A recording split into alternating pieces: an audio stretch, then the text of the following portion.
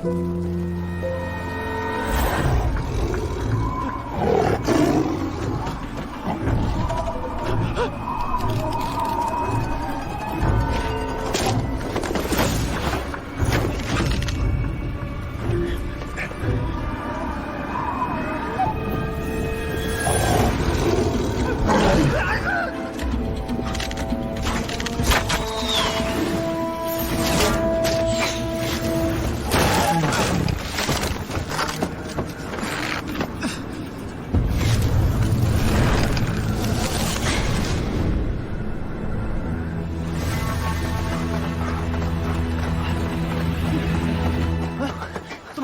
们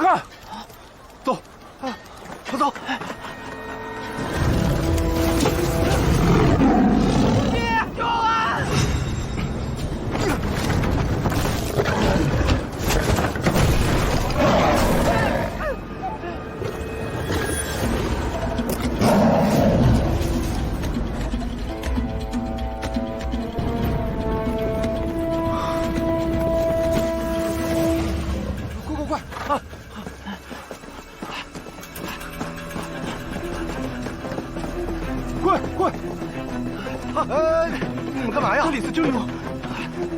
上来，救！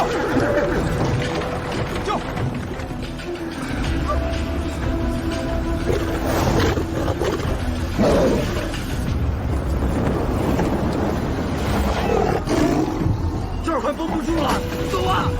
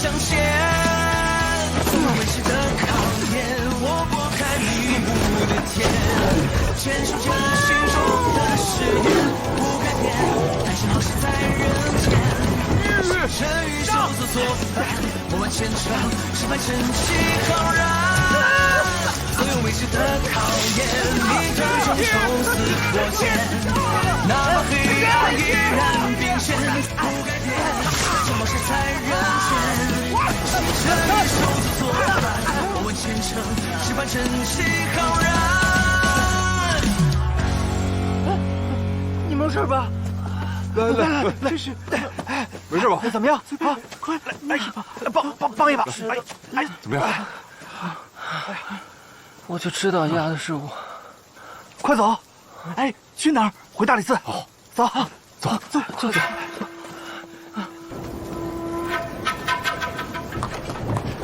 救！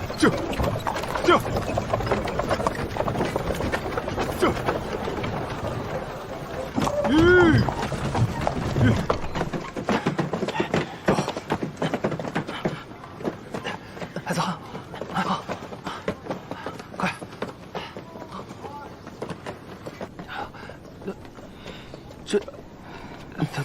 这少卿大人，你少卿，金吾卫把大理寺给围上了。啊？什么？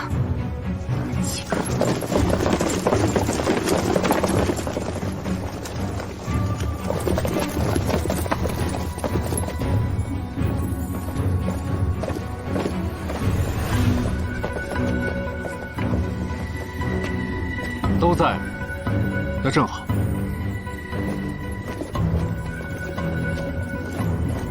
哎，他们这是……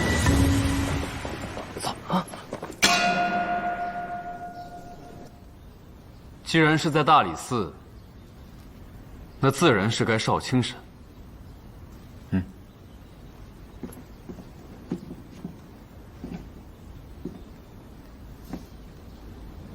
陈实，妖猫案可与你有关？猫，那个和你自称大理寺之人，是你的同谋？不是。这里是大理寺，断刑治狱。分海败了地儿，俺知道，上次就是都这说了，然后俺就把俺关起来了。俺不想听你说话，你可想清楚了？俺也不想听你说话。哎，陈实，你说话注意点。对。俺们是一伙的。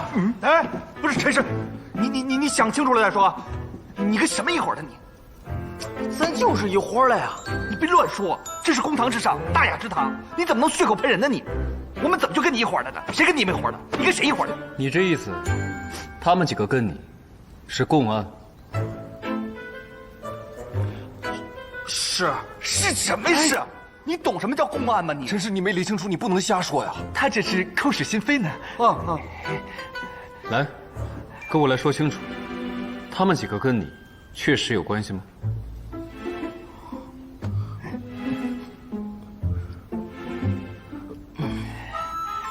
不是他们仨，还有他，俺们都是一伙的。陈实，你不能乱说。你又说谁话？南市废弃场内，罪证手段俱全，凶手之一已伏诛，而陈实当时跟凶手在一起，陈实又是大理寺认定的疑凶。上官少卿，我没说错吧？既是疑凶，刚刚那番话算不算是当堂指认呢？你把话说清楚，你跟我说清楚。说。既是当堂指认，尔等便有嫌疑。来人，带走。是。住手！上官少卿有意见？这里是大理寺，不劳你们金吾卫动手。来人！有。胡四，在。把他们都押下去。啊？大人，都压下去啊？押下去，地牢。是。带走。走，跟我有什么关系？不是少卿大人这样。哎，陈实，大人，我冤枉我们，大人。邱将军，此案还有待商榷。此案已破，还有什么可商榷的？不过我要提醒上官少卿，海捕文书是你亲自发的，如今这个结果是我替你着想。既是如此，此案已了结，走。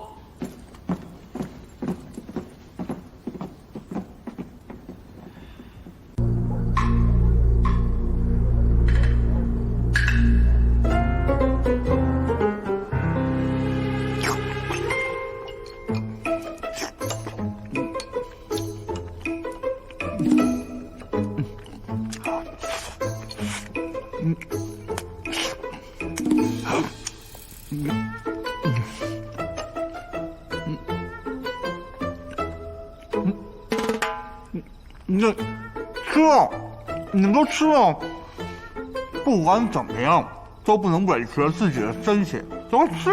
说实话，这饭看起来特别像什么？断头饭。你就不能说点好听的吗？让我好好吃一口饭，不行吗？唉，食不甘味，难以下咽。恐怕会耽误破案的时间。破案？案子有那么好破吗？要不然这样吧，你们几个呢先撤，我呢吃完饭就把你们几个开了。这件事我自己扛。都别看我呀，谁让我是大理寺的司职呢？我现在好好的吃饭了，都不许说晦气的话，我还长身体。吃。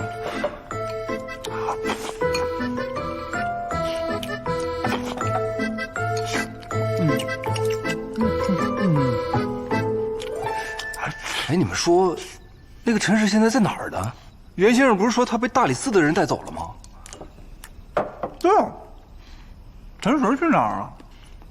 会不会让上官少卿给藏起来了，预备留着当后手了？哎，上官少卿他虽然，但他不是大智若愚、大宠寺监的人呐。说不通啊，这个。回去。有劳有劳。来了。呀，袁先生，哎呦，你怎么来了？我怎么就不能来了？来，里边请，里边请。哎，客气。有劳有劳。哎呀，袁先生来了。多谢大雅，多谢大雅。您，报爷。哎，有什么破不了的案子？找我做个法事嘛，对不对？对。急如律令。茫茫人海，寻寻觅觅，画中人出现了。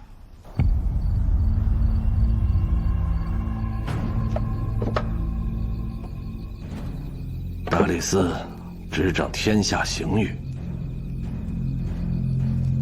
大理寺卿的位置，担纲权柄更是重中之重。总不能由1、2个少卿一直在顶着呀，这个位置不能一直空着。既然印一重铸，便应有掌印之人。还是那句老话，有能者居之。庆之，你明白我的意思吧？属下明白。那就好。妖猫案怎么样了？下官正在尽力调查。不管这凶手是谁，肯定是来者不善。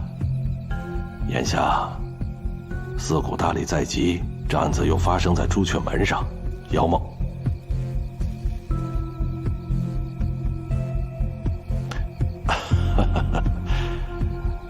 这恐怕是有人不想让老夫过安生日子呀。下官定会想办法为大人分忧。好，那就看你的了。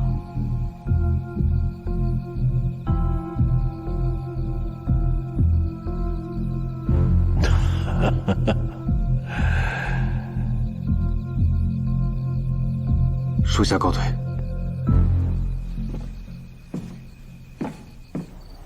情况呢，就是这么个情况。哎，这个，几位看清楚了？哎，是真的吗？是。哦，那我就放心了。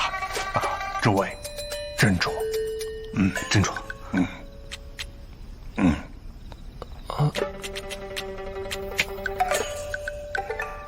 这是什么意思啊？你这是什么意思？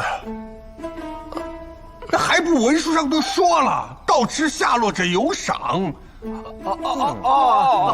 哎，那位都说了，你们不能让我白跑一趟。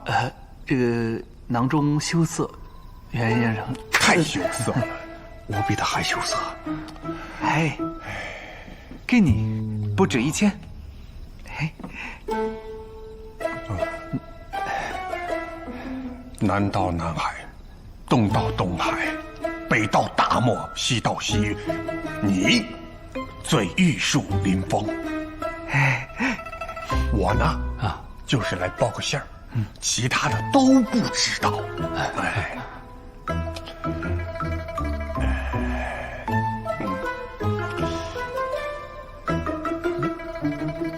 不唐突吧？不唐突，不愧。来，你踩着我了，你这。来，又给你拿双筷子。如此注重细节，掌管大理寺指日可待。有劳，多谢。哎，我送你，送回去，送。留步。没事。慢点。留步。哎，留步，留步，接着吃啊！哎，告辞。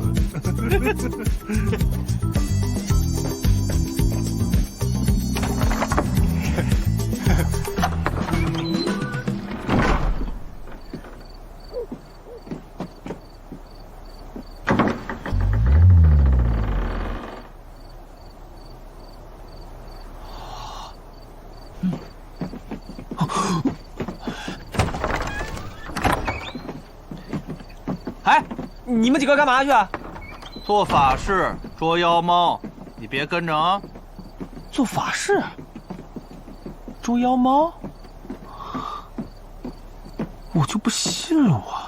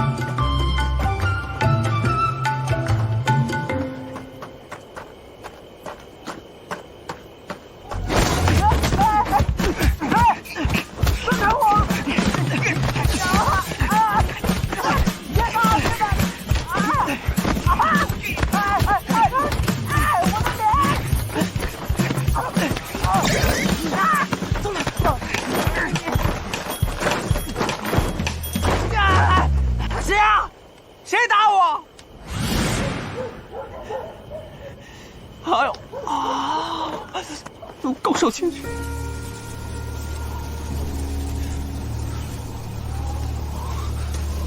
应该就是这儿了。走。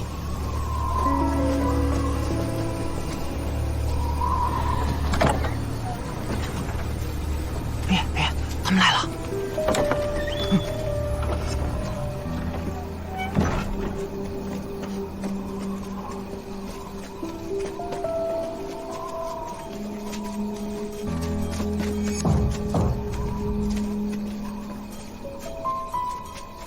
来了，东西带了吗？带了，给你放这儿了啊。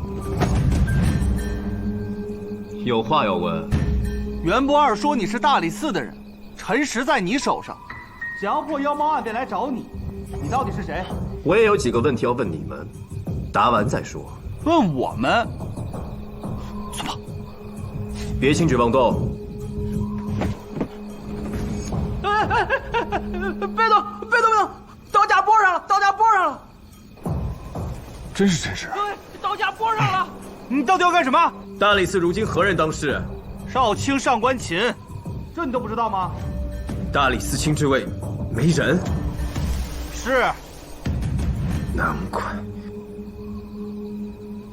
你们是为了妖猫案而来，还是为了陈实而来？这有什么区别？当然有区别。还部文书上已将他认定成为本案的嫌犯，想让他顶罪，还是真的想破案？显然不是一码事吧？我们是为破案而来，不过陈实还好吗？俺没事。哎，不对，别动，有事，可大的事啊！别动。你们觉得此案和陈实无关？不能说毫无关系，只能说不可同日而语。那关于妖猫案，你们怎么看？你到底是谁？现在整个大理寺的锅都背在我们几个人身上，没有时间在这跟你玩问答游戏。你用陈实来要挟我们，有什么目的？直说。至关紧要的案子摆在眼前，不想着怎么快速办案，先想着怎么推卸责任。明镜堂的人还有颜面发脾气？你都知道些什么？此案属实错综难解，且另有不便之处，诸方压力猝然加深，确实为难。阁下要挟邀我们来此，定有深意，还望明示。我和你们一样，也是明镜堂的人。阁下可是明镜堂曾作为大理寺的门面，大理寺绝不可以妖怪的名义接任何案子。你全都知道？你们现在唯一需要做的，是证明这个案子和妖怪没有关系，就可以获得周旋的余地。这个案子之所以玄乎，无非就是妖猫杀人这一层，但这也是凶手故意掩饰的手法。只要你们破解了手法，其余自解。哦，这就是障眼法呀！多嘴！陈师，陈师，陈师！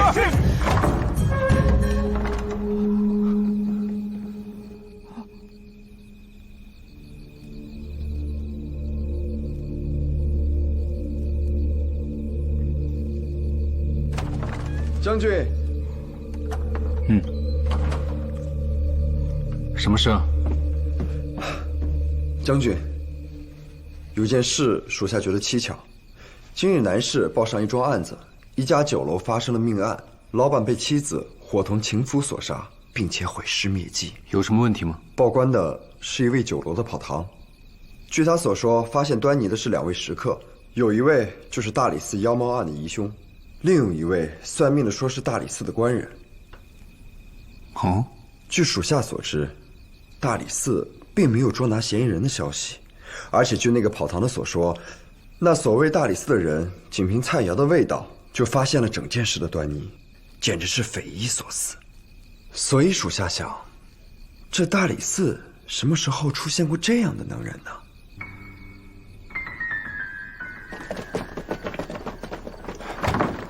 刘大人，他们回来了！站住！往哪儿跑啊你？你们去干什么了？回大人，做法事捉妖猫。做法事？你好意思说啊你？你做法事你背着人啊？大人，他们还套麻袋打我呢。啊！胡大人被打了，这太惨了！你别冤枉好人呐！你有证据吗？你们到底去做什么了？大人，您不是说鼎力支持，全权负责吗？那就别妨碍我们的思路，还有也别让胡大人盯着我们，我们是不会跑的。我这你打我你打我！完蛋了你们！大人，哎，说说看，明镜堂以前是怎么回事？那个人可能是谁？你们竟然全然不知？快说！明镜堂是由大理寺卿大人一手草创，所破重案奇案不知凡几，可谓是镇罡计、招国法之所在。真的？而大理寺卿大人的公子李炳，是世所罕见的异才，据说也经常在明镜堂协助破案。那明镜堂怎么会落到现在？3年前，大理寺卿身死，李炳送父亲灵柩回乡，再无音讯。从此，明镜堂便风流云散。那这个神秘人，恐怕就是曾在明镜堂任职过的前辈。那他暗中带走陈实，私下破妖猫案就不难理解了。明镜堂已经没有了往日的威风，他看不惯，也很正常。来，我们总结一下，他和我们是一边的。我们好像被人看不起了呢。是前辈在指点迷津。哎，当头棒喝，这成语用得好。再难的案子也会有突破口的。那个前辈也说了，只要我们能破这所谓妖猫杀人的手法，这锅就甩回去了。既然以前明镜堂很威风，那我们也不能怂。不就是个障眼法吗？我也给他变个妖猫出来。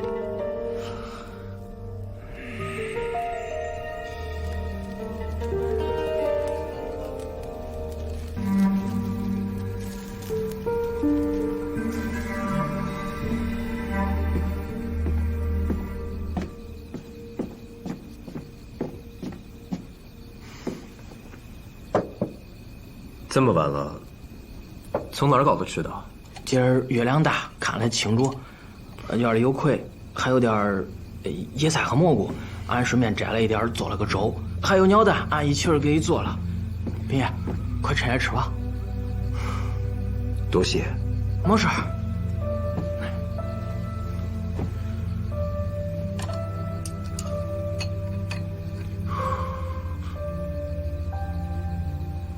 你怎么不吃啊？没事，俺就是心里有点乱。俺神都本来就找俺哥了，谁成想就莫名其妙的卷进了妖猫案，还被大理寺贴了告示。这妖猫还是大理寺整出来的。真是对不住了。啊不，俺不是这个意思，别没事儿。我是大理寺的人，既然大理寺做错了事情，就应该要道歉。陈实，我一定会给你、给小环，还有3年前那些人一个交代的。俺知道，别。知道。嗯。那吃饭吧。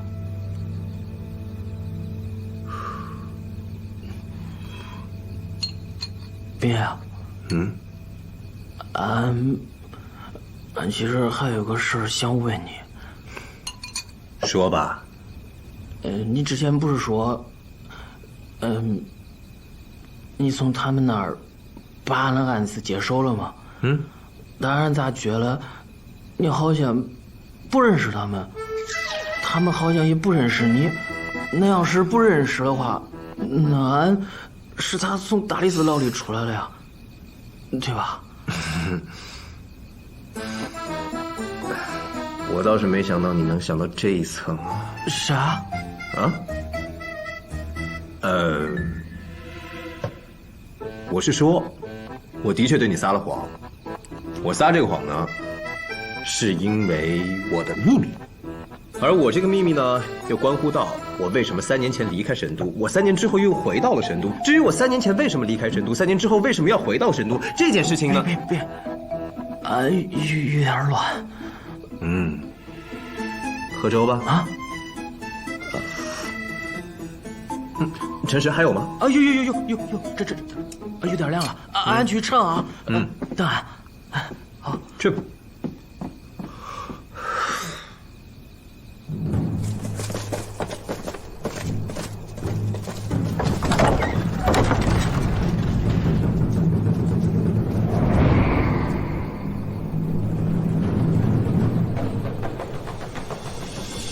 送。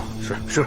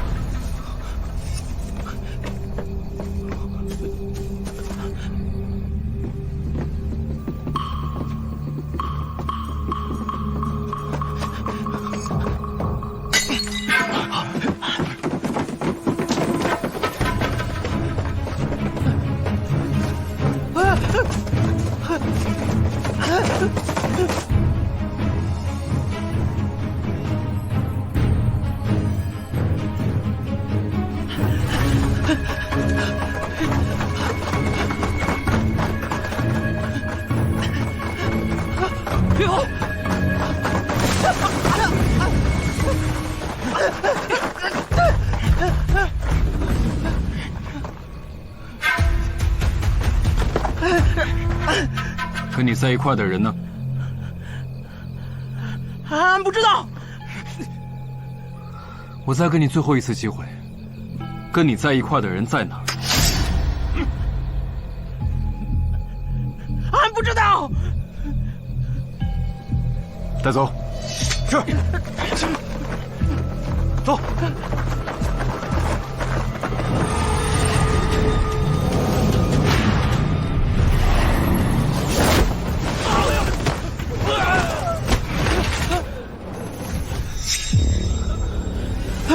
别！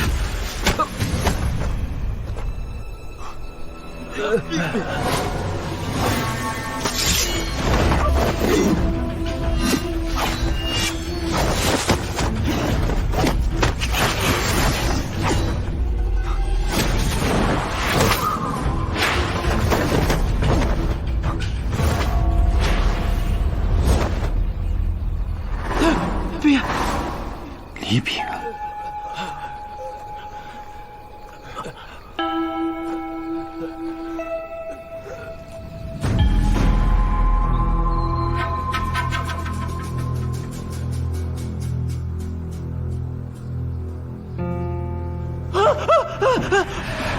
不要每次醒来都喊这么大声。我在这儿呢。别。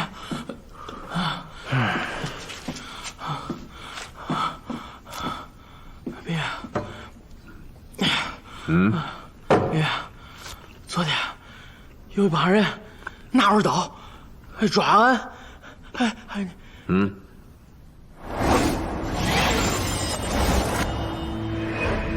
你的眼啊？我眼睛怎么了？没事了。哦，对了，就是那个之前在桥上遇见那个将军。我知道啊。哎，那他为啥呀？我之前不是跟你说过吗？我跟他认识，本就有恩怨。如今看来，他应该站在大理寺对立面，恐怕也是为了妖猫案而来。啊？也是为了妖猫案？那我现在能想到的也只有这么多。如果他要与我们作对的话，那我们想要破案，肯定更加棘手了。得尽快。冰呀，要不是你昨天晚上就遭殃了。吃粥的时候你说了可多，俺虽然没全听明白，但是听懂了一点。你也有资格的事要干，俺又被通缉了。要不你把俺扔走吧，这样你也能干资格的事儿。俺相信你，早晚有一天肯定能把俺的案子给破了。怎么，突然不想查案了？这肯定想呀，这不是怕拖累你啊。跟你有什么关系啊？昨天你也看到了啊，那些人是冲着我来的。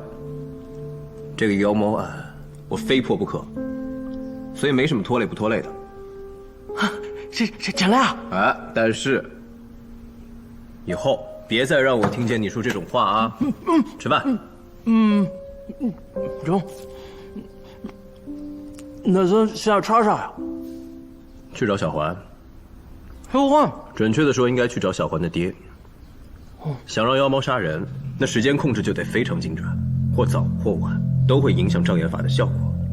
所以车夫就非常关键，只有他能控制车速的快慢，通知同伙何时实属。那个于后本是有差事的，他必须在古明宵禁之前把车行驶到目的地，这样才能让死者没有折返的可能。而且事发之后，老顾突然离奇消失。车马行的人是说他被妖猫所害，但是明镜堂给我的卷轴中，并没有此记载啊。看来此事没这么简单吧？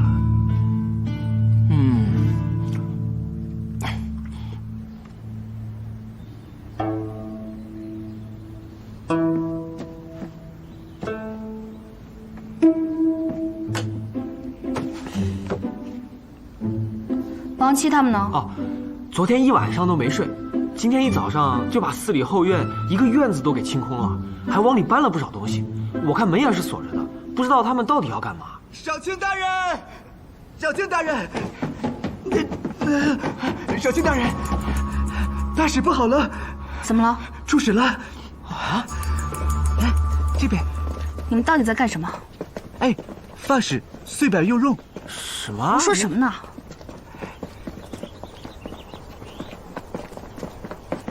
哎，这是哪儿啊？亲，这啥呀？干什么呀？这是什么？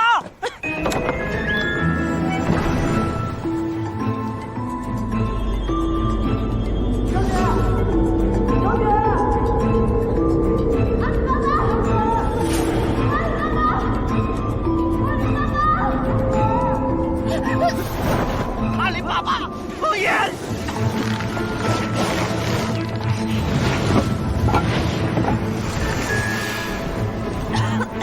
王七，你快点把我放下来！少杰，你给我把手松开！对不住，少卿。小姐，你没事吧？你们干什么？你们到底要干什么？说话！妖猫杀人案，少卿。妖猫杀人。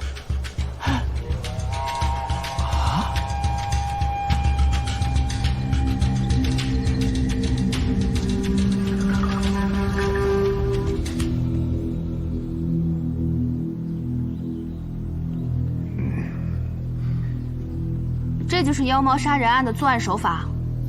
回大人，大致如此。你们是怎么想到的？3月杂戏多幻术，皆出西域。古时天竺献祭能自断手足、哭啼肠胃，皆是历代而有之。而书籍中自有记载，相似的手法并不鲜见。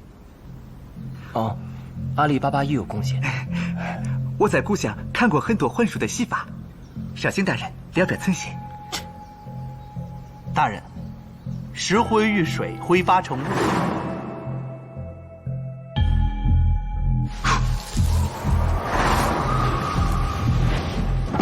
凶手借雾掩盖行凶。可是，这护城河的河水是流动的呀。很简单啊，拿一块挡板挡住大部分水流。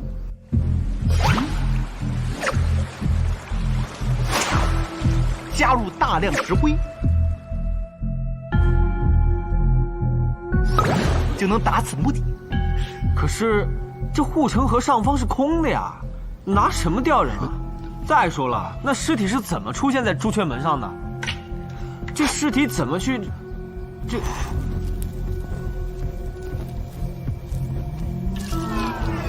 空明灯。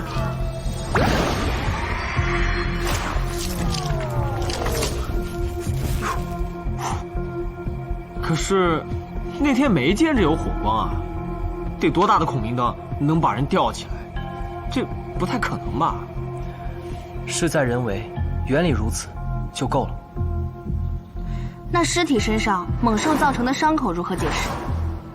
我在行伍多年，除了真正的猛兽，铁爪钢夹也都有可能。大人，你有没有发现一个问题？现在我们讨论的呢，不是如何捉妖，而是凶手的作案手法。所谓妖猫杀人案，无非就是人为的，只要是人为的，就有迹可循。在深度内能辨幻术的西方就这么几家，只要我努力去查，一定会有结果的。可是，大人担心的是3年前的那起妖猫案，大理寺定性了那起妖猫案，就坐实了有妖怪的传闻。此案属实难破，所以大人呢才将这么大一口锅让我们几个人来背。大人，如今此案已经定性是人为，如果不破的话，那就不是我们几个人的问题了，那就是大人您的问题啦。你。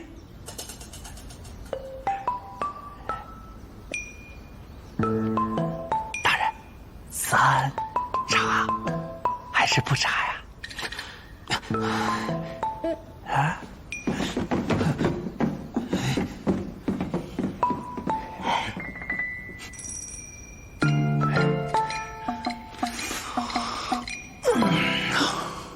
少卿大人，这事儿闹的，你说这案子咱是查，那还是不查吗？您这是要去哪儿啊？去找尚书大人。找尚书大人干嘛？这件事情的关键不在大理寺，在尚书大人。之所以3年前会这么判，就是因为尚书大人的证词。证词？哎，大人。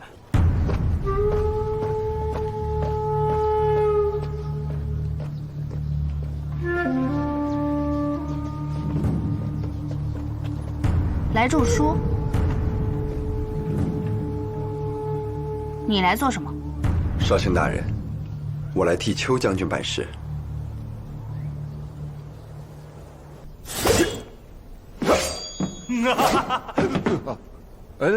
来，痛苦，太痛苦！哎，我们这是小人得志啊！这下无论查与不查，压力都不在我们这边了。还真得感谢那位前辈的提点啊！不知道他和陈实现在查的怎么样了？没关系，反正都是自己人，即便查不出来，我们还有后手。王七，少卿大人，你们几个可以啊，勾结疑犯，欺瞒上官。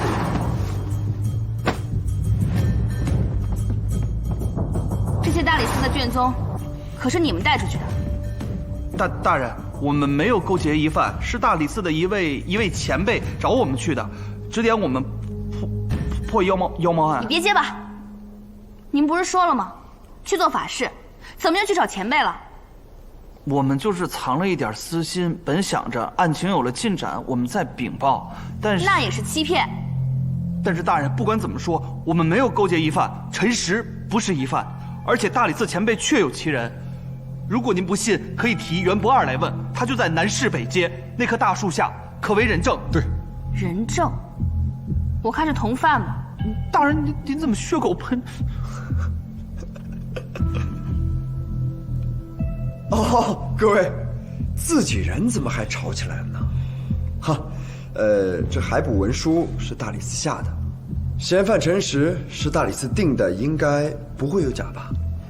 我觉得大理寺的事儿还是应该听上官少卿的，我相信上官少卿能够办明白。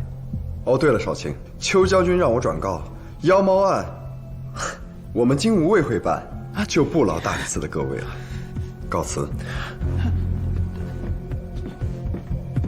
大人，你们几个停止反省啊！这大人，此案明明可以破，可您一味甩锅，置大理寺的声誉于不顾，你就不觉得憋屈吗？哎，我憋屈啊！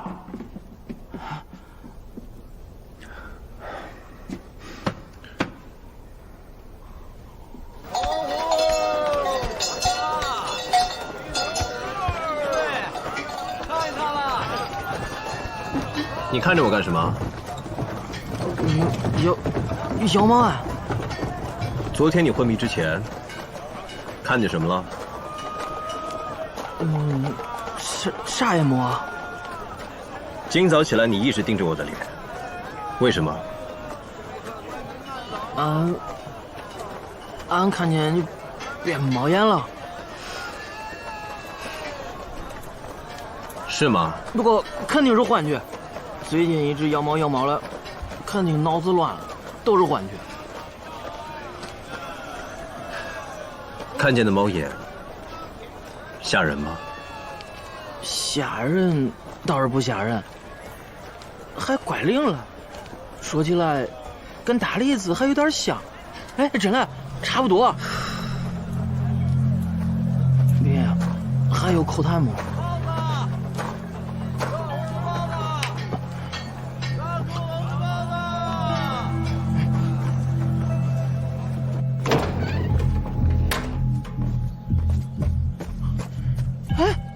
这咋回事啊？大叔了，小环了。你在这儿待着，我去看一下。阿忠。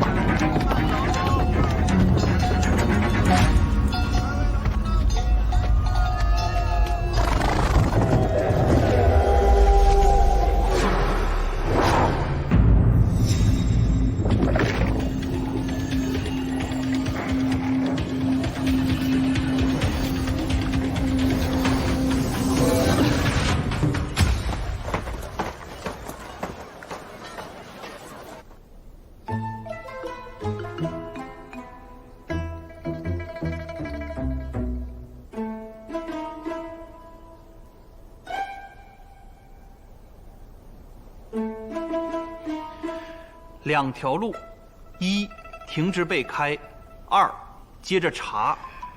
只有一条路。好，都想好了。义不容辞。明日就是孟春，大师说了，今日大吉。走，走。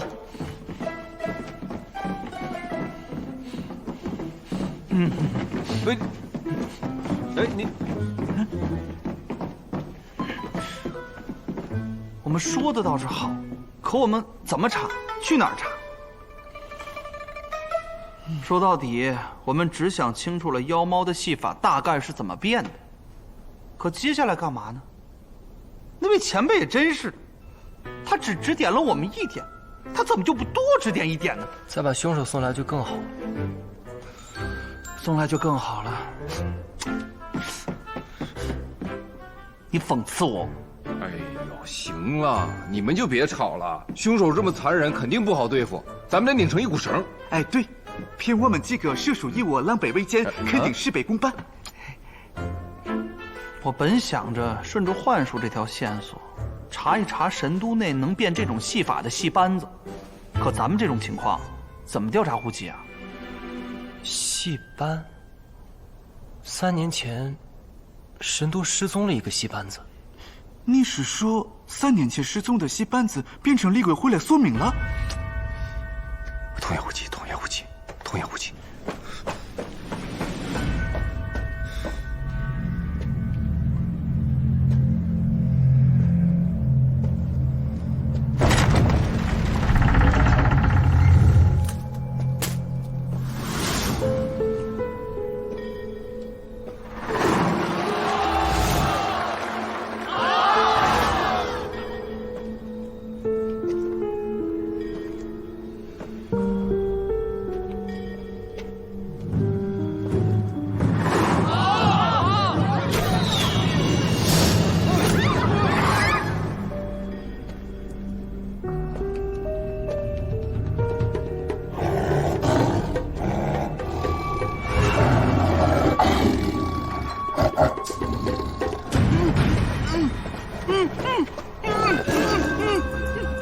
这位小哥，你和他是一起的吧？怎么是你？此符在身，妖猫不敢近你半步。你这个蛇畜，少在这里妖言惑众！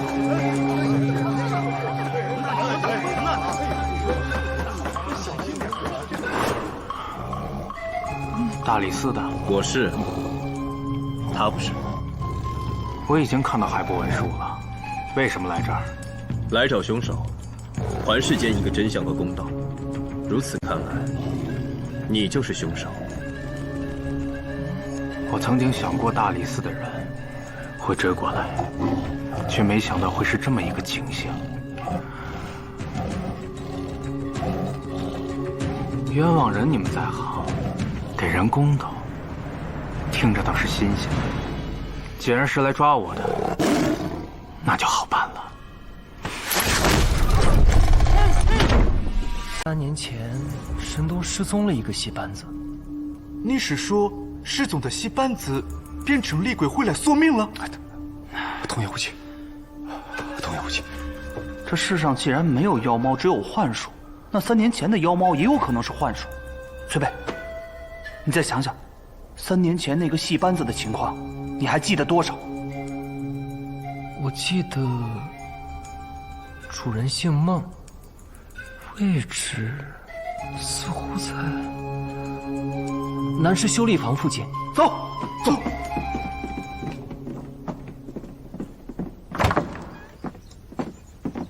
都停职了，你们几个干嘛去啊？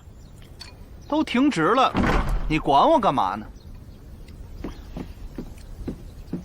哎，这案子你们几个手里有线索吗？这案子，哎，算了算了，你犯不上跟我交代。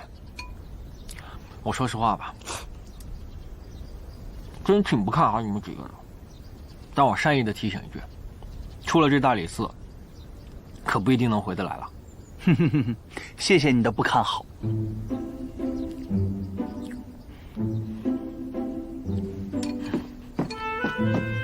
走吧，走吧，走吧。没看见，我什么都没看见。走，没看见，我什么都没看见。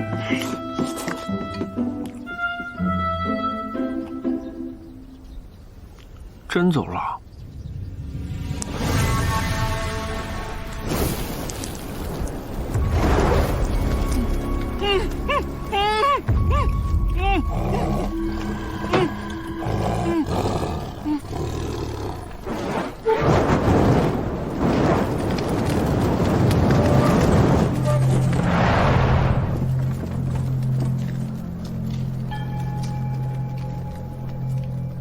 原来这就是尸体能飞上出圈门的秘密。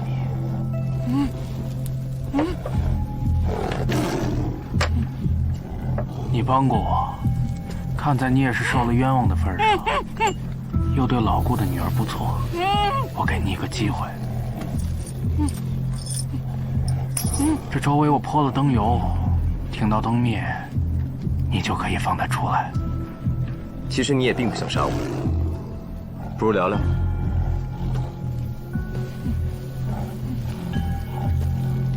您是官员，我只是一个靠卖艺讨生活的小老百姓，我们之间有什么可聊的呢？3年前的妖猫案，你既是凶手，更是证人。我找你，不只是为了找到当下案子的凶手，更是要破解3年前的真相。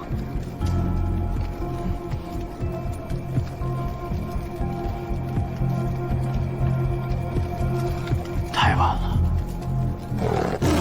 如果3年前我父母惨死、孤苦无依、告冤无门的时候，有人要找我谈；如果2年前我风餐露宿、乔装神棍，在街头被人欺凌辱骂的时候，有人要找我谈；如果1年前我试验孔明灯失败，整个戏场险些付之一炬的时候，有人要找我谈，或许都有可能。但是现在的实在太晚了。不管时间过去多久，真相永远是真相。人死虽不能复生，但不代表案子就可以不明不白的过去。哪怕是亡羊补牢，也应该要把这些事查清楚。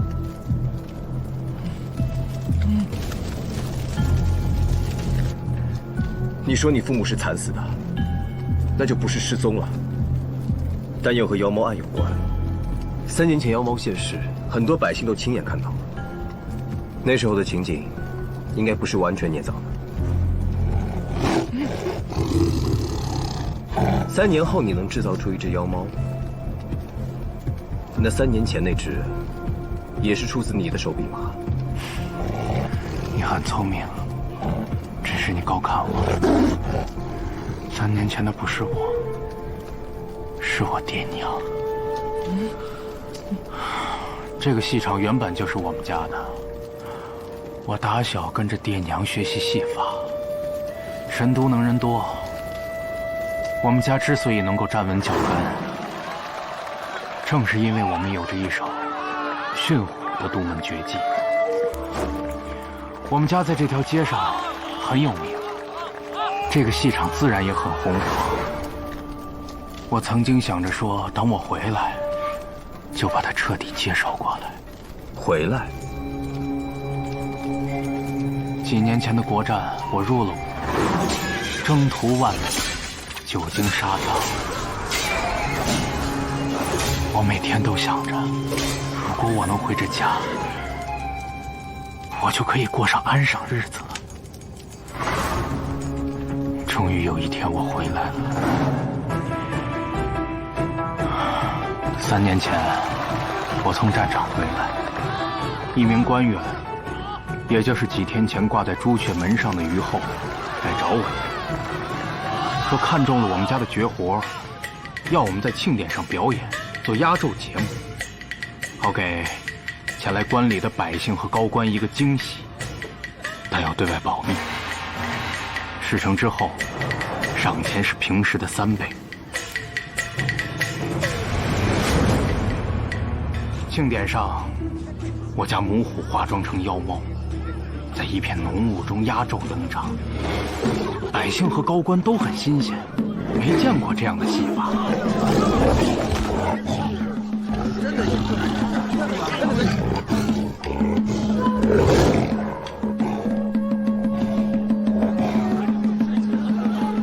正要等浓雾散开，露出真虎再表演，谁知道？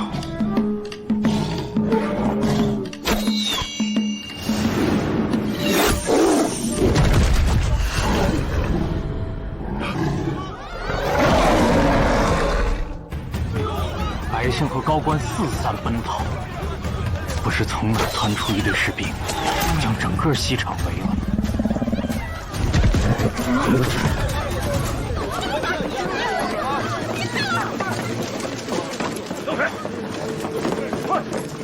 他们一句话不说，就杀了我爹娘。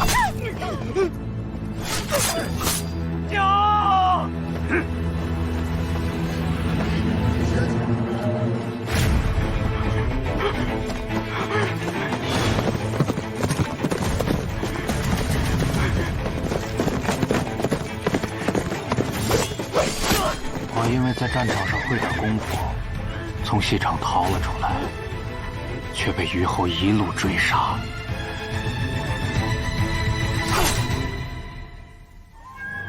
要不是他那一剑刺得偏右，我早就死在他手上了。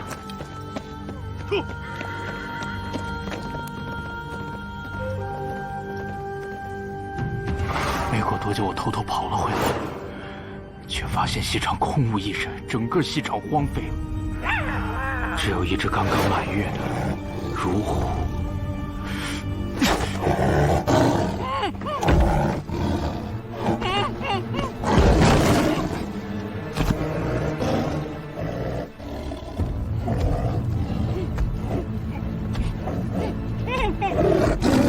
所谓妖猫在百姓面前被射落，大理寺也如此结案。大理寺凭什么如此结案？是谁可以让一整个西场的人一夜消失？这一切又是为了什么？我和他的亲人在同一天被虞后害死，这个仇我们不能不报。不仅是我，还有那些失踪案受害者的亲人们，很多人无法接受妖猫作案的说法。官府以如此荒唐的说辞草草结案，朝廷在这件事情上也难辞其咎。所以你假扮成神棍，在祭祠堂附近散播妖猫的故事。祭祠堂本就是收容孤儿和老者的地方，所以去那儿寻人的人最多。你的目的是吸引那些不相信人是被妖魔所害的失踪者家属，帮你共同完成你的复仇计划。车夫老不是其中一个。虞后已死，你没能远走高飞，说明你的计划没有完成。虞后生前有很多受虐待的痕迹，你们不只是为了泄私愤，还有辟供。虞后死前说了什么？幕后之人到底是谁？是谁？我凭什么告诉你？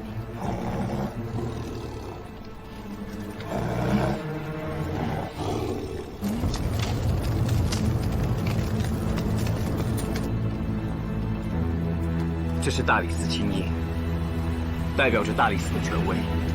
你告诉我幕后之人是谁，定能讨回公道的。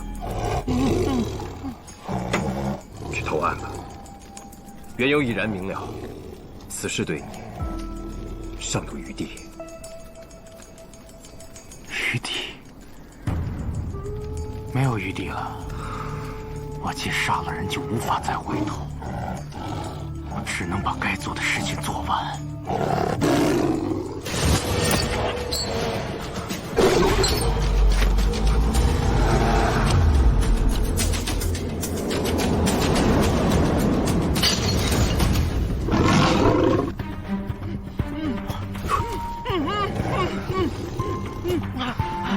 哎呀，白死俺了！哎，大哥，俺听明白了，这虞后真不是个东西啊，还有弄坏了人。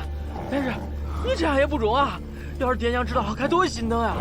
来了，新毕业了，他肯定给你个说法。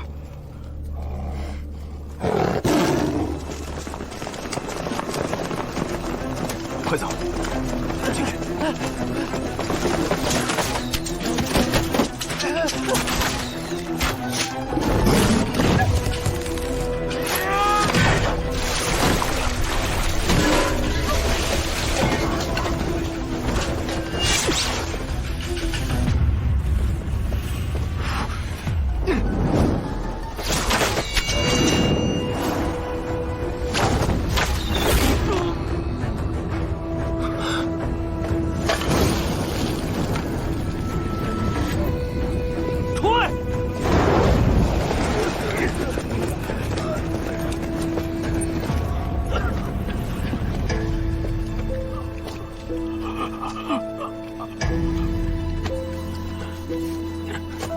所有的东西，以后的背后是谁，看一眼就会明白。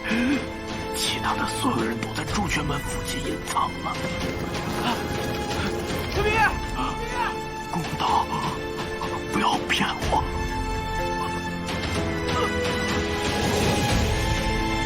冰冰，快上来！快点，冰冰！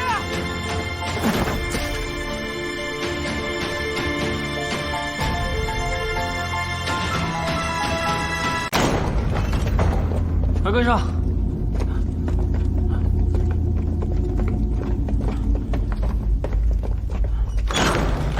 压进去，进去！哎，自己走，自己走。等等，我自己来，你们下去吧。是。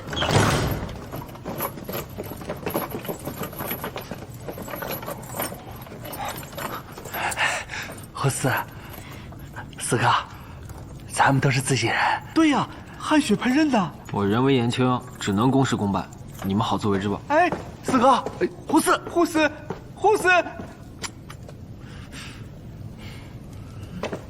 陈实，我你，哎呦，不应该的他！我过来，哎，行了，你能停下？哎呀，哎呀，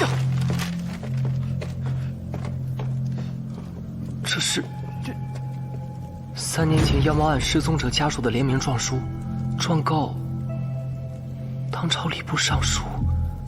居然如此！3年前，礼部尚书为搪塞失踪案，竟差使虞侯令戏班主任伪装幻术，制造降服妖猫假象。事后，又为掩盖踪迹，杀人灭口，最终大理寺才不得不以妖猫定案。这些人说不通理，就只能血斩现场。这些人的名字，我从未在案卷上见过。现如今，总算知道他们是谁了。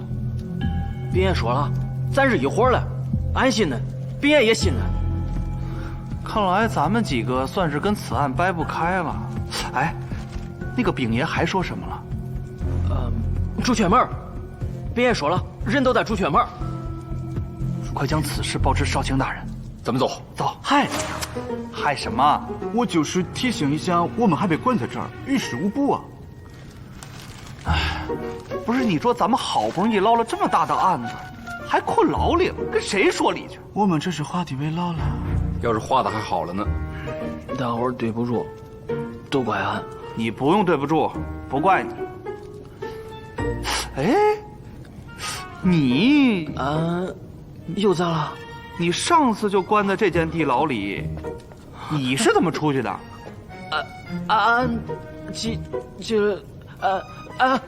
上次这个门。哎，开了！哎，快！走！好，走。咋了呀？王爷，回来！快！这门这么轻易就打开了，肯定是个圈套啊！圈套也得去啊。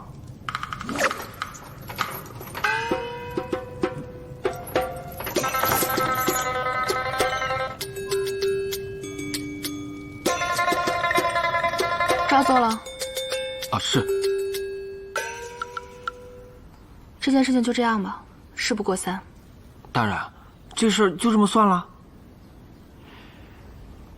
那还能怎么着？都怪这个邱庆之，要不是他抓着这把柄，说不定事情还有转机。倒觉得有点对不起那几个家伙。我也只能做到这一步了。希望他们别再回来了。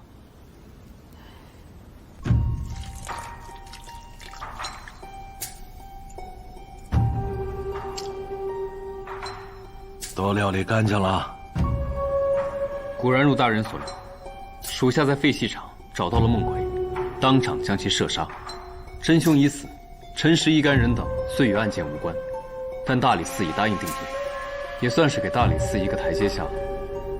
也好，他们当真什么都不知道。是。你你去旧戏场，除了孟奎跟陈实，没有其他人知道此事吧？没有了。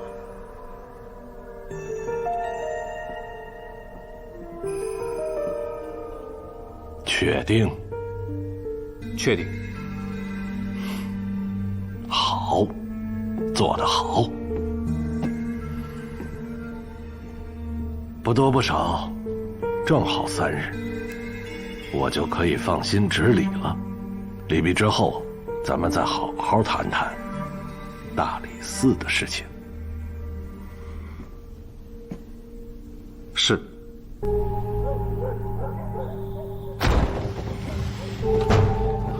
来，过来，出来！哎，别踩我！这边，来，这边。没想到能通到这里啊！这里是大理寺卿府邸，早就听说内有玄机。陈实，你说的那个丙爷他是为了护着俺啊。他从那么高的地方坠下来，可惜呀。没事了，他肯定没事了，咱就等那烟花信号都中了。如果他们要在上书执礼前进行报复，并且埋伏在朱雀门附近，我们要赶在他们动手之前。可我们现在是疑凶又是逃犯，到时候就怕说不清楚。没辙了呀！现在是船到桥头自然直，破案是最重要的。没想到你也有……没想到的事情多着呢，书呆子。怎么说？哎，太好了，我们通过1金了啊！大吉大利，大吉大利！啊，俺就知道。这话听着这么熟啊！啊什么啊？陈实，我们不是一伙的吗？来，哎，那个，哎，你们快去朱雀门，我回大理寺搬救兵。啊，走，赶紧走，快！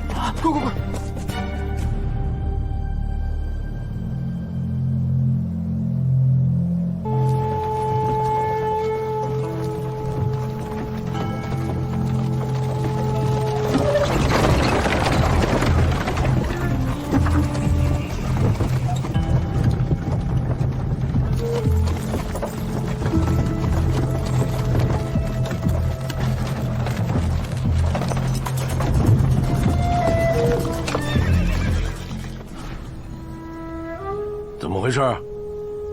何故停车？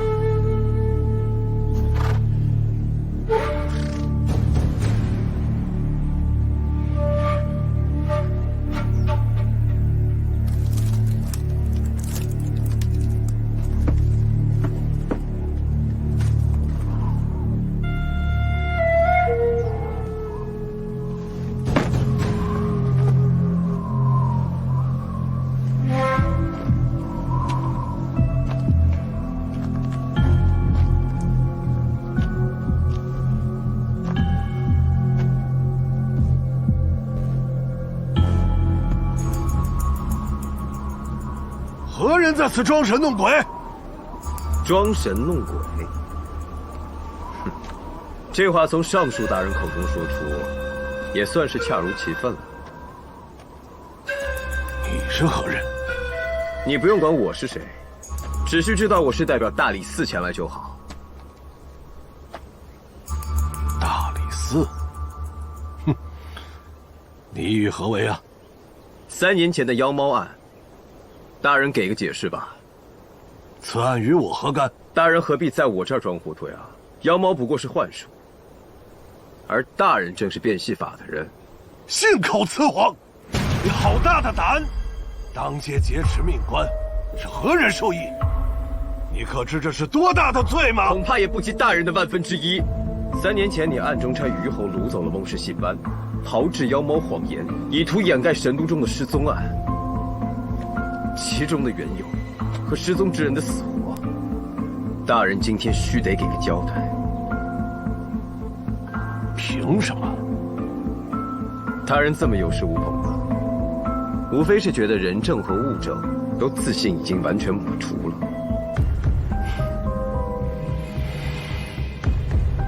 本官今日值大理，本官若不出现，全城的禁军都会来寻。不知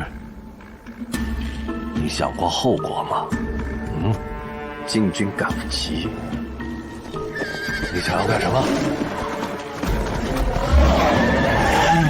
尚书大人，此案尚有原告在世，他不仅是原告，更是人证，就由他来问话吧。既然妖猫之说出自大人之口，那最后死于妖猫作祟，恐怕也没有人会追究我。我跟这老虎也不算熟，10步之内尚有的说。大人尽快。大理寺以法为准，以律为绳，以证据为先，但律法之外尚有报应。大人身上背负这么多条性命，就不怕冤魂索命遭报应吗？去！我认。好，我认。那我问你，所谓妖猫，是否是杜撰？是。梦是戏班，可是你暗中派人掳走的。是。后来如何？如何？我已经将他们都灭口了。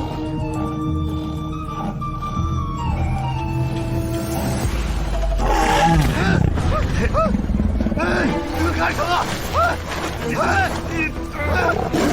放下来！大人，怕你被老虎吓着，放了我！就暂且将你挂着吧。你好了，不生气了。带你去。胡子，走。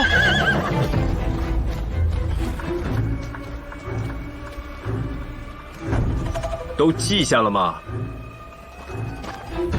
都记下来了。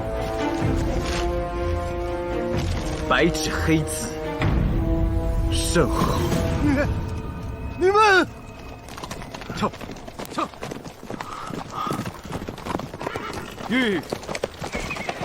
大人，邱庆之，你来的正好，快救我，将他们全部拿下！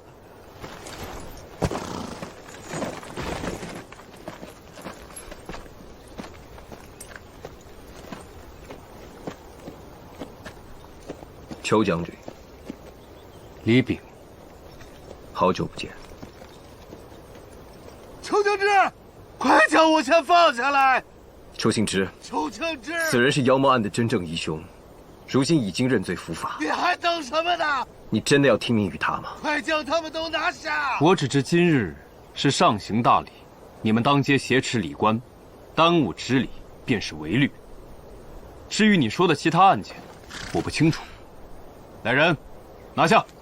上谕在此。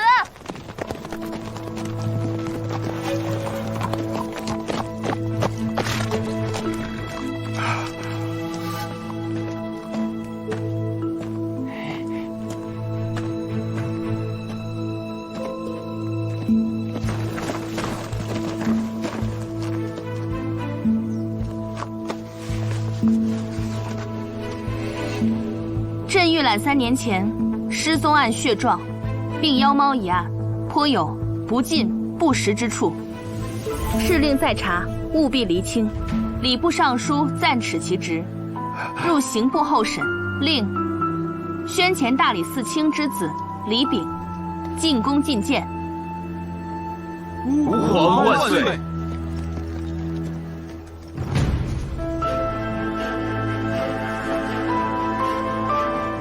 原来，之前的前辈就是你。闻名不如见面，接旨吧。这个旨意不单单是给我的。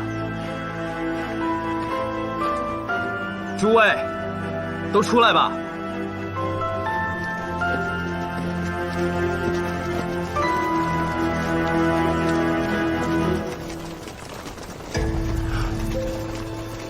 这些人是谁？他们就是血状上的无名之人。不依李炳，谨替含冤无名之人家眷33名，恭谢圣恩。恭谢圣恩。都起来吧。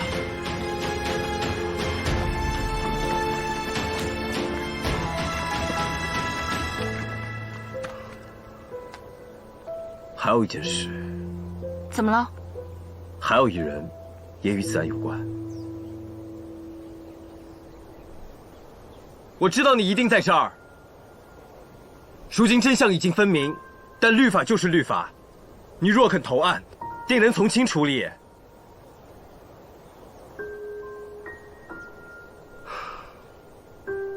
若就此亡命天涯，定要躲躲藏藏，了却余生。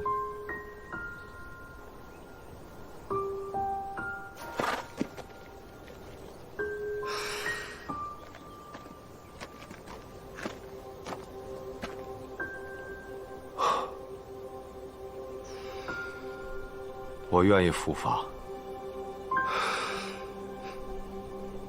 爹，阿爹！哎，小环，慢点走，别摔着。阿爹，小环，爹，你是我的小环，爹，你还活着，小环。阿爹找你找得好苦啊！我的好女儿。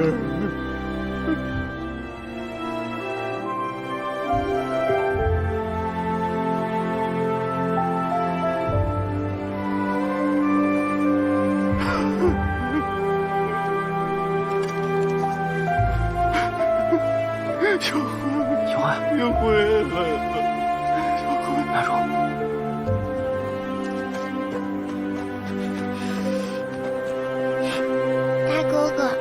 只要阿爹，我把拨浪鼓送给你。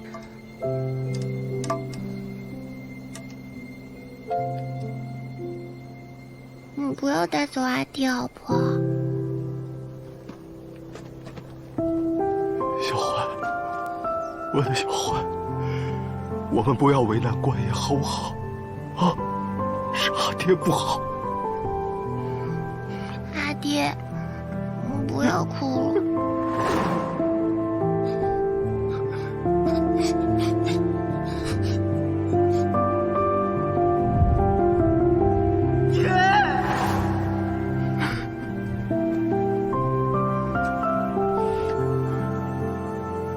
小环，本官以大理寺少卿的身份向你保证，你爹不会离开你太久的。多谢官爷，多谢官爷。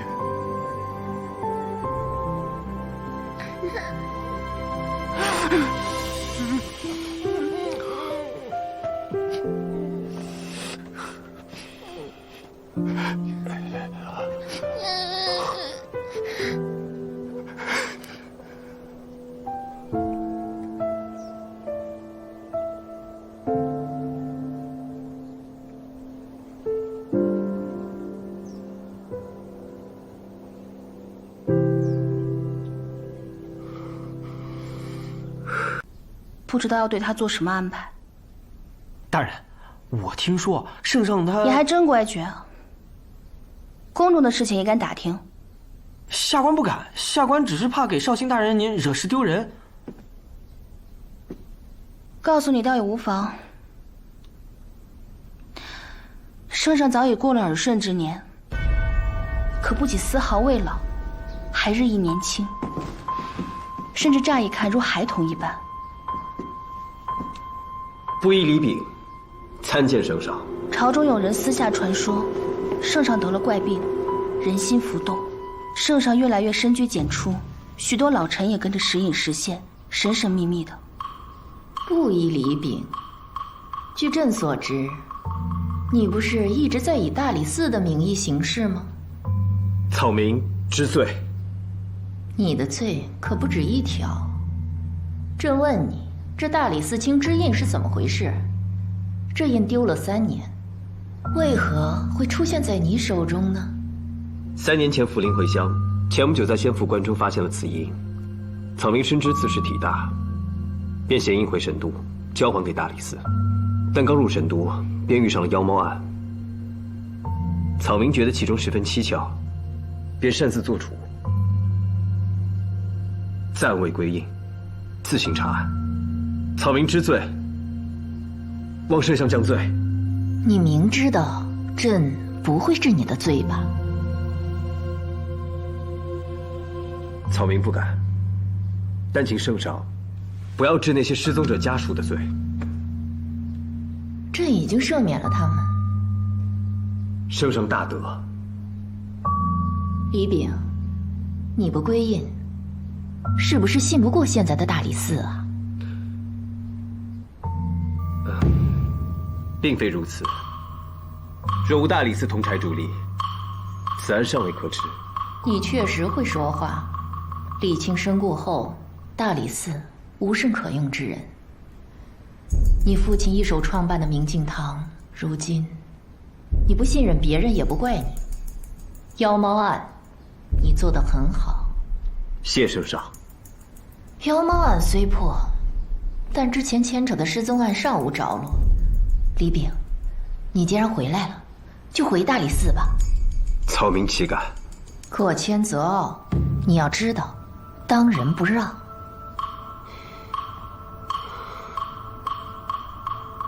是。礼部尚书是失踪案唯一已知的知情者，臣斗胆想从上述先查起。这是自然。你带回了旧印，然而新印也已经铸成了。这两方印孰轻孰重，朕还要斟酌。以你的资历，朕且封你为大理寺少卿，主理明镜堂，假以时日再行论断。你明白了吗？臣明白。好，希望大理寺在你手中能有个别样的气象。臣谨遵圣谕。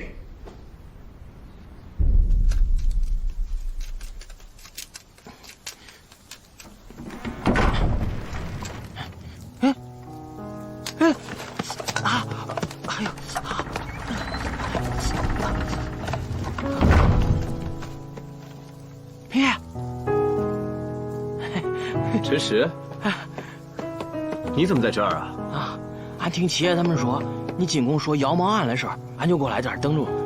俺想跟你说，小欢挺好了。哦，还有老姑，衙门人来说了，老姑的事儿不算大，很快就能回家了。哦，对了，顺便给你道个别。啊？你要去哪儿？俺找俺哥呀。啊。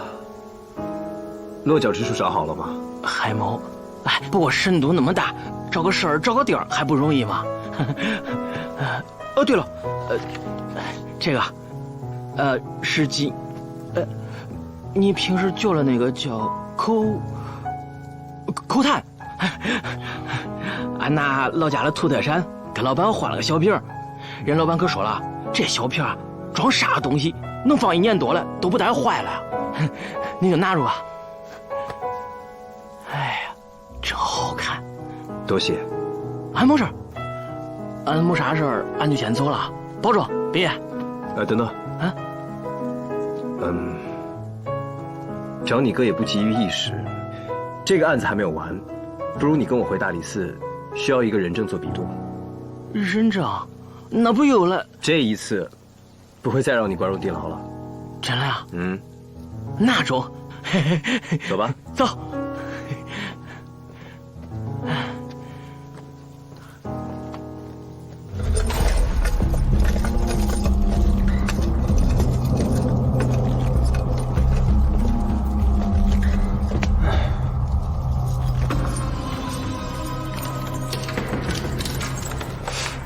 奇怪，今天这锁怎么有点不好开啊？尚书大人，尚书大人，吃饭了，尚书大人。尚书大人，吃饭了。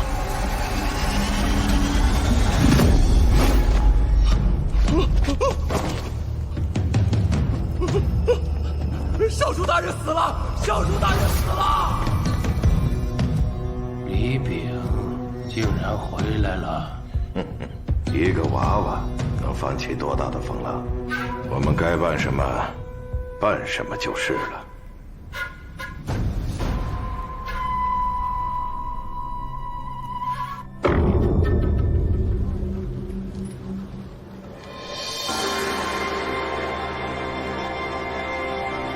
吃。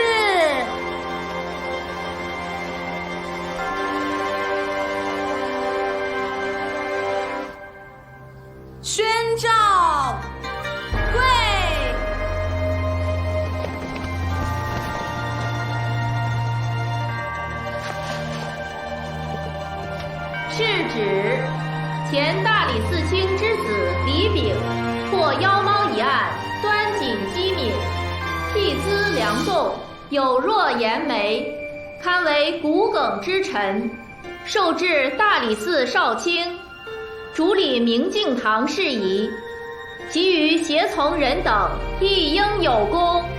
谨言。行礼谢安，拜。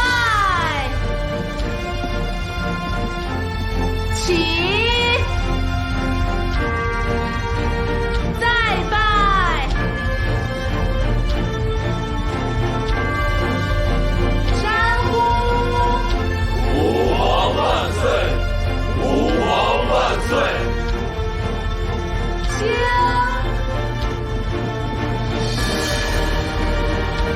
接诏。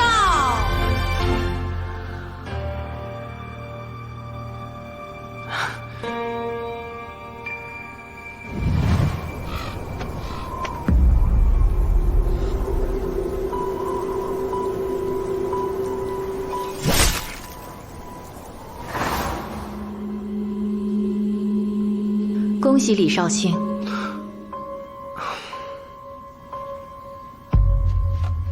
臣戒旨。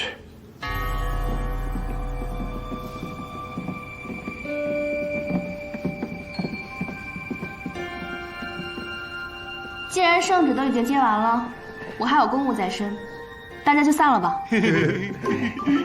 傻笑什么？怎么了？一应有功，很得意啊？哪有？要不是我们上官少卿大人识大体，携血状面圣，今日我们几个人的小命早就没了。你怎么又回来了？哦，大人，大是大非的时候到了。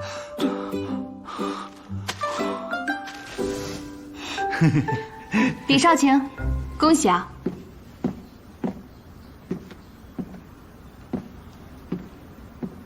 李少卿初来乍到，要是有什么不清楚的地方，随时都可以问我。也不算是初来乍到，只能说是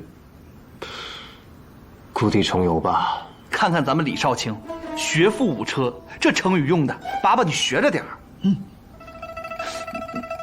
李少卿昨夜颇有劳累，又是刚上任，我看明日点卯你就先不用来了。既然今日已经上任了，明日点卯就没有不来的道理。上官少卿多虑了。既然李少卿这么勤勉，我自然也没有阻拦的道理。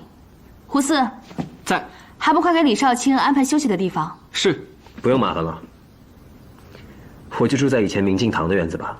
回李少卿，之前的院子倒是一直备着的。李少卿，精卫邱将军来贺李少卿上位之喜。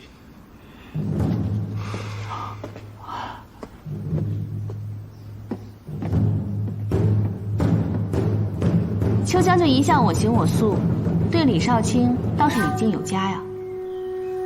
那你们聊，我就不打扰二位了。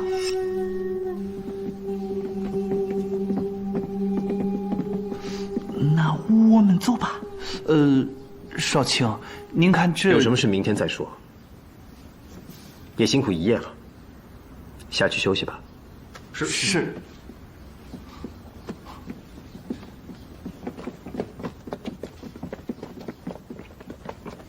李少卿，邱将军，还真是好久不见啊。有何事？这里说话是不是不太方便啊？不如就在这儿说。这于私，少卿重回大理寺，可喜可贺。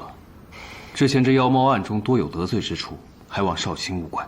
能不能直接说正事啊？这妖猫案中还有很多未解之事，金吾卫自会处理，就不劳李少卿费心了。我面见圣上之时，圣上亲命我将此事查清，不知邱将军奉的是谁之命？这京畿之内一应刑案皆由金吾卫所管辖，职责所在与圣命并不冲突。大理寺负责审定天下刑狱案件，即便是金吾卫管辖的案子，大理寺也有复核审议、专断之权。只是很可惜啊，少卿并不是大理寺卿，还没有专断之权。此案的嫌犯，原礼部尚书现就在刑部狱中，我想恐怕邱将军也无法阻止本少卿奉旨审案吧。看来李少卿还不知道呀。礼部尚书已经在牢中服毒自尽了。你说什么？只怕是少卿审无可审，之后的事情还是交给金吾卫来办吧。告辞。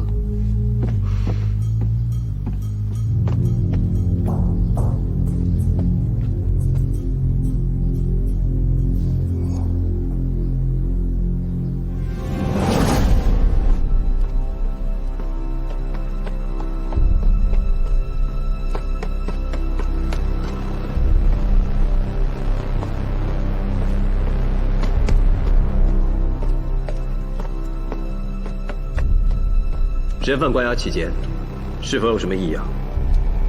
案情重大，地牢外面始终有人把守。大人，小弟已经验过了，尸体表面没有任何的伤痕，确实是中毒身亡。看来这是服毒自尽了。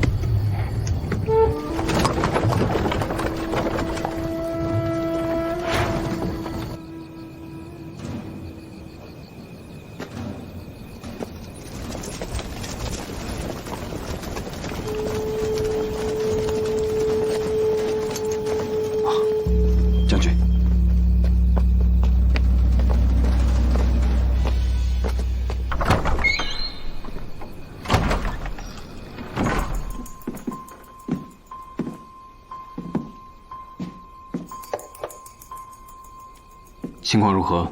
啊，李炳去了刑部大牢，但什么都没说，就是看了一眼。知道了。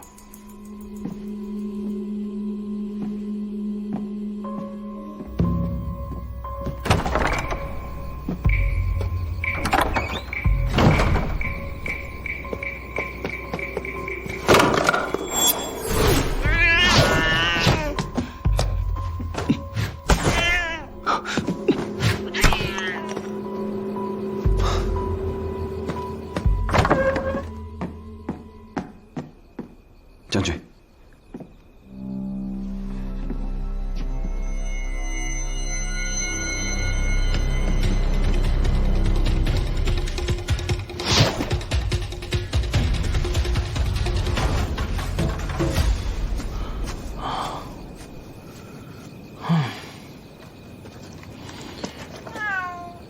哎，大栗子，哎，俺找你可多天了，你咋在这儿了呀？不是。你受伤了？哎，你给我，哎，大栗子，大栗子，哎，大栗子，大栗子，别跑啊！等等啊，大栗子，别跑，大栗子，别这儿了，别跑，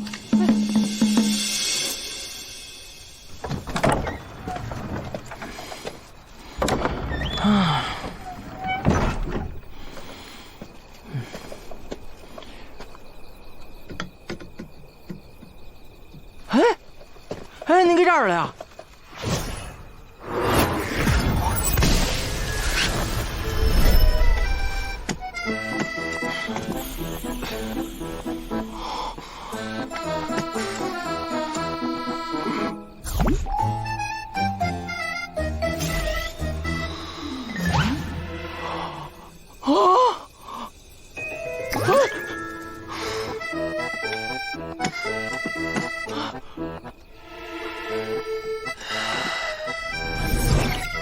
毛爷，毛爷，你搁那儿等着啊！俺把东西翻了，到上去找你啊！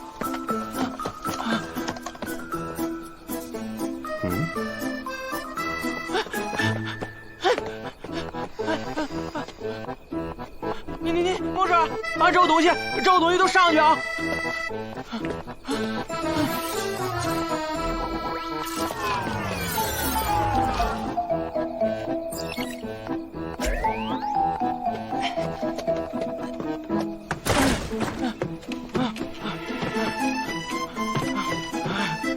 没事，俺那啥，那么高呀，怪吓人了。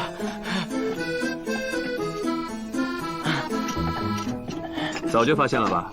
啊？这几日屡屡遇险，我也顾不上伪装这样了。发现啥呀？俺就觉得你是从这个啊变成这个，太厉害了吧？你知道吧？俺当时就想，你恁俊那么漂亮的一个大栗子，毛又亮又软和，俺都想给带回家养着了，给点梳梳毛啥的。那谁知道，就变成眼前毛爷这个样了。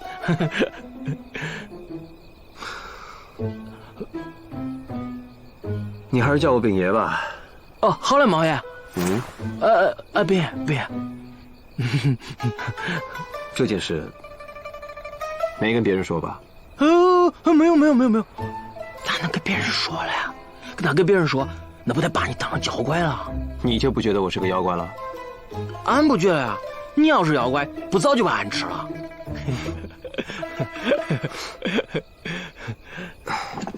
这件事啊，除了我之外，现在只有你一个人知道。哦，俺知道了，放心，俺往后肯定不给任何人说，妈呀！俺往后肯定不给别人说，秉爷。俺就是奇怪，你是咋变成这样的呀？这个，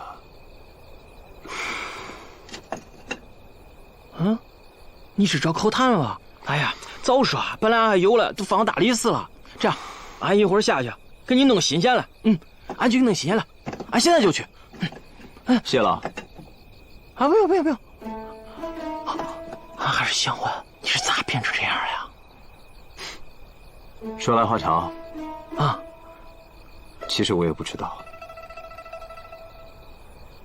啊，不知道，没事，俺不问了，俺下去弄东西去啊。没事，俺自己来，俺自己能来。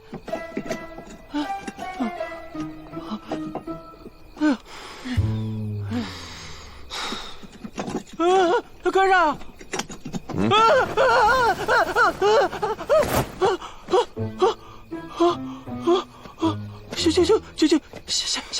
下来了不是。哎，来啦！来，可来了！快，破费了啊！哎，不值1000。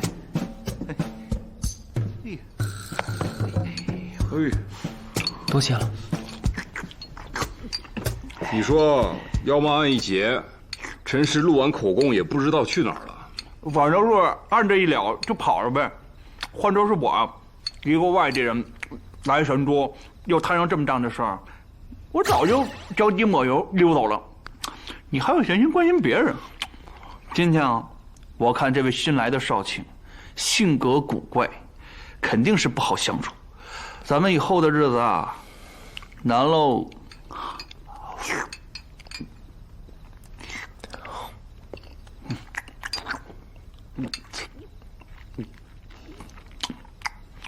崔小先生，崔大明白，巫蛊先殷勤，非简即刀啊。说，你呢，在神都待的时间最久，每天呢又和这些案卷泡在一起，你知不知道这位丙爷还有些什么底细？都是些坊间传闻，还真有啊。都冷了不如粥冷了。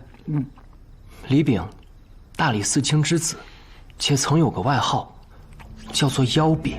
妖丙，妖丙，妖儿的妖，也是妖怪的妖。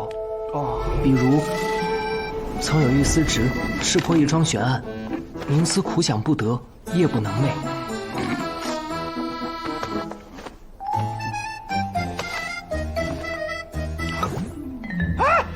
案子破了！哎，案子破了！案子破了！卷宗中竟然无端出现一段批注，且直指要害，三言两语之间，竟然把案子给破了。哎，案子破了！真的假的呀？你还能破案？真的，不信你看。哟，真破了！你是怎么破的呀？嘿嘿，我告诉你啊，这案子时间长了，长成熟了，他就把自己给破了。嘿呦，恭喜恭喜呀！起初，不知者以为是神，实则都是妖丙所为。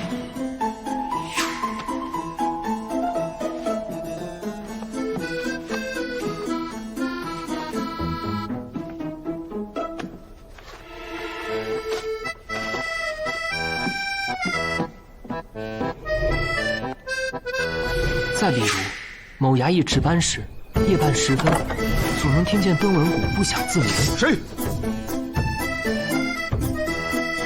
实则是妖丙抓回了疑犯。这位丙爷夜绑辰时吓唬咱们几个，风格倒是没变，还是挺能乱来的啊。不过，知情者倒是不以为忤，因为他父亲是大理寺卿呗。大理寺卿倒是对他尤为严苛。之所以由着他，还是因为他身患恶疾，神都医者都说他天不永年。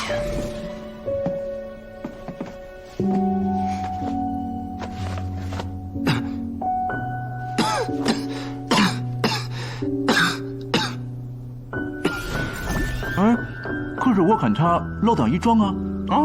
或者是因为他离开这3年间有什么奇遇也不可知。那他为什么离开神都啊？这要说到3年前，大理寺卿遇刺。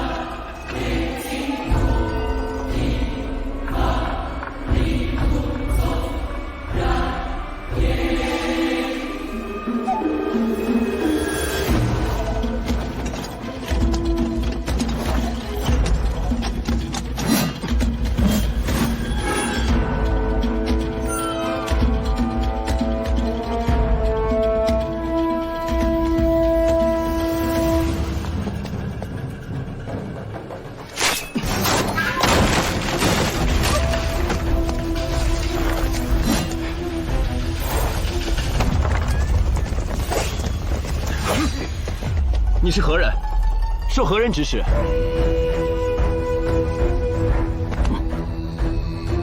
去拿大理寺火系。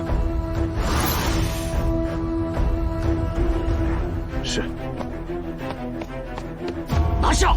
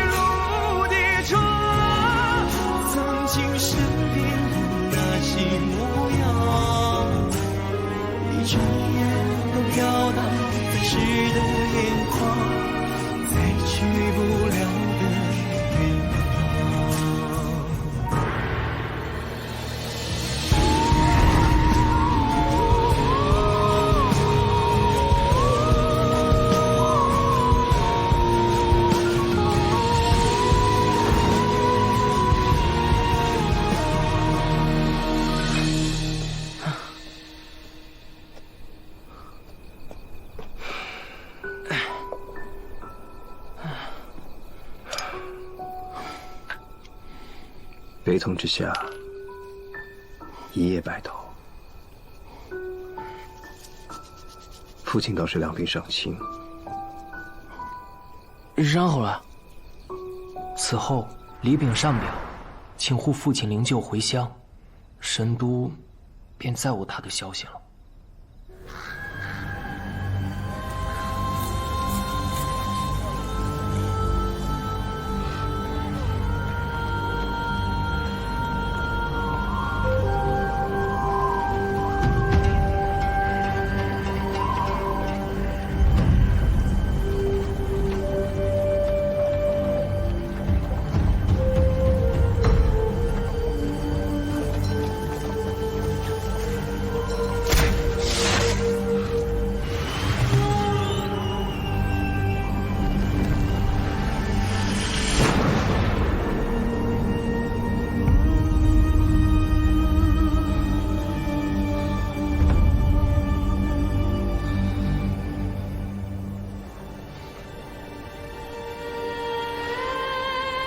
然后在我福陵回乡的路上遇到了伏击。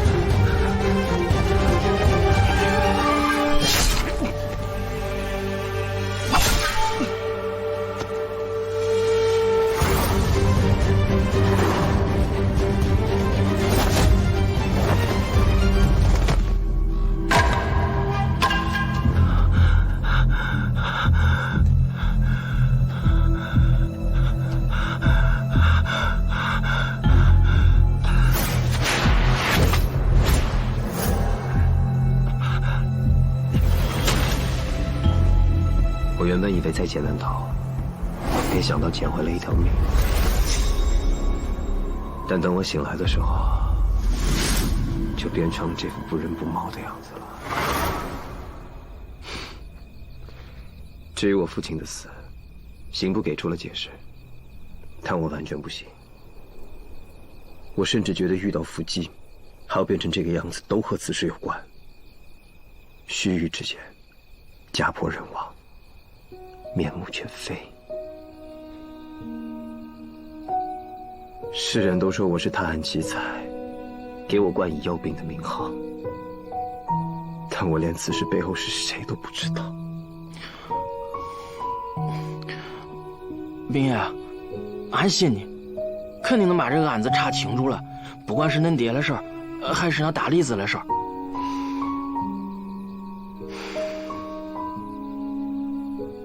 我花了3年时间才收拾好这一切。这次回神都，我就是要查清这件事。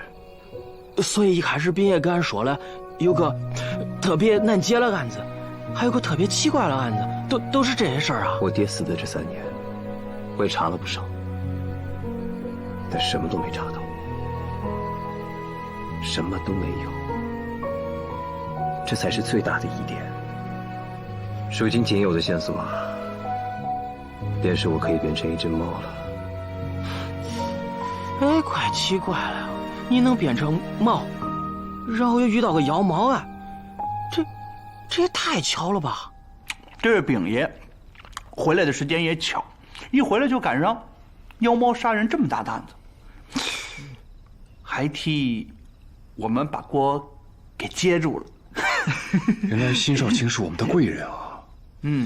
要找他实在算算了。这个呢，这叫做缘分。况且这个明正堂啊，还是丙爷的爹一手创立的，管他好不好相处呢。反正从此以后，我们几个人有靠山了。生死攸命，富贵在天。这不是巧合。神都这3年发生了无数失踪案，这之后又有了妖猫的传说。妖猫2字，我实在是在意。从此便一路追查，查到了小环的2位酒坊，客官慢走啊，喝好了再来。然后便是遇到了你。耶，大李子，你搁这弄啥了呀？妖猫之说虽然出自尚书之手，但以他的权势，若只想敷衍结案，没必要如此大费周章。必定是此案背后还有隐情，所以才需要如此遮掩。当然，这么有恃无恐，无非是觉得人证和物证都自信已经完全抹除了。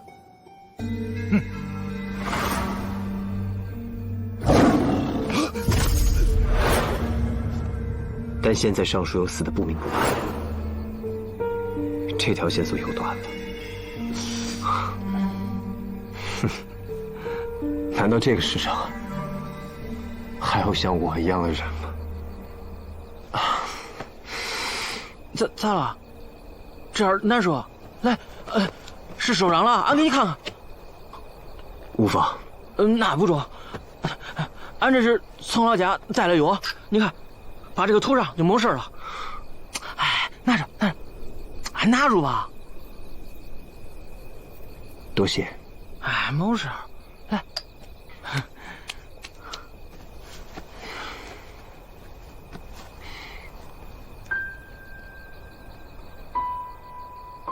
这是个啥呀？还怪好看了。是个符。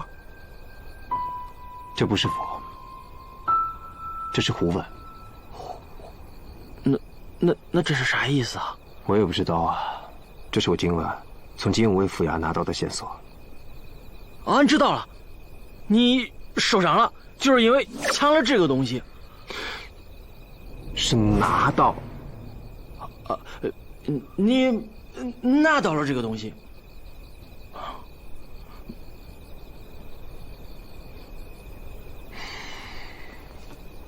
陈实，你有没有想过和我一起回大理寺？啊？你来神都是为了找兄长，可神都这么大，无从找起吧？大理寺管理刑狱案件，当然也包括户籍档案。你去了大理寺，能更方便些。要不，先做个大理寺的衙役，做我的随侍书吏如何？哎，真的呀？可是俺啥也不会啊。你可以的，陈实。要不是你，妖猫案没那么快破。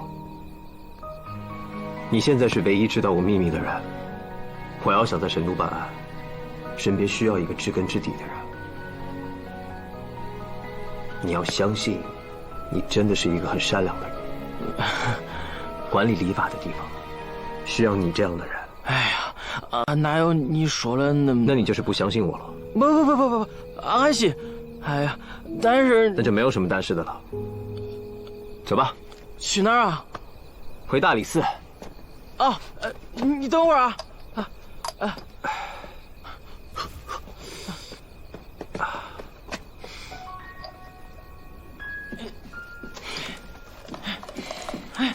来吧。